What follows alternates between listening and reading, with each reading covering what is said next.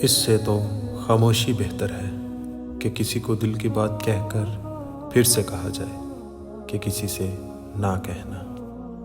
نصیحت اگرچہ ناخوشگوار ہوتی ہے لیکن اس کا انجام خوشگوار ہوتا ہے۔ کسی کو اتنا پیار دو کہ گنجائش نہ چھوڑو۔ اگر وہ پھر بھی تمہارا نہ بن سکے تو اسے چھوڑ دو، کیونکہ وہ محبت کا طلبگار نہیں بلکہ وہ ضرورت کا پجاری ہے۔ تعلیم انسان کو بولنا تو سکھا دیتی ہے مگر یہ نہیں سکھاتی کہ کب، کہاں اور کتنا بولنا ہے۔ جب آپ مجھ میں کوئی عیب دیکھو تو مجھ سے کہو، کسی اور سے نہیں۔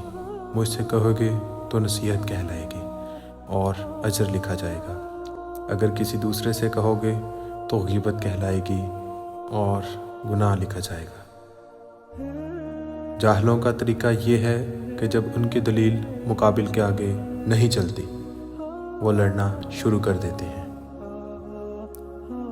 آدمی کے جھوٹا ہونے کے لیے اتنا ہی کافی ہے کہ وہ ہر سنی سنائی بات پر یقین کر لے۔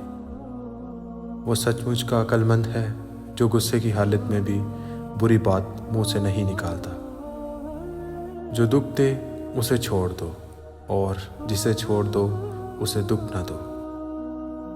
انسان کو جتنا لگاؤ رزق سے ہے اتنا لگاؤ رزق دینے والے سے ہوتا تو اس کا مقام فرشتوں سے بڑھ کر ہوتا۔ بڑے بڑے متکبروں اور سرکشوں کو بھی خدا کے سامنے جھکے بغیر چارہ نہیں۔ کمزور پر زور کرنا شرافت نہیں ہے، کیونکہ جو پرندہ چونٹی سے دانہ چھینے وہ کمینہ ہوتا ہے۔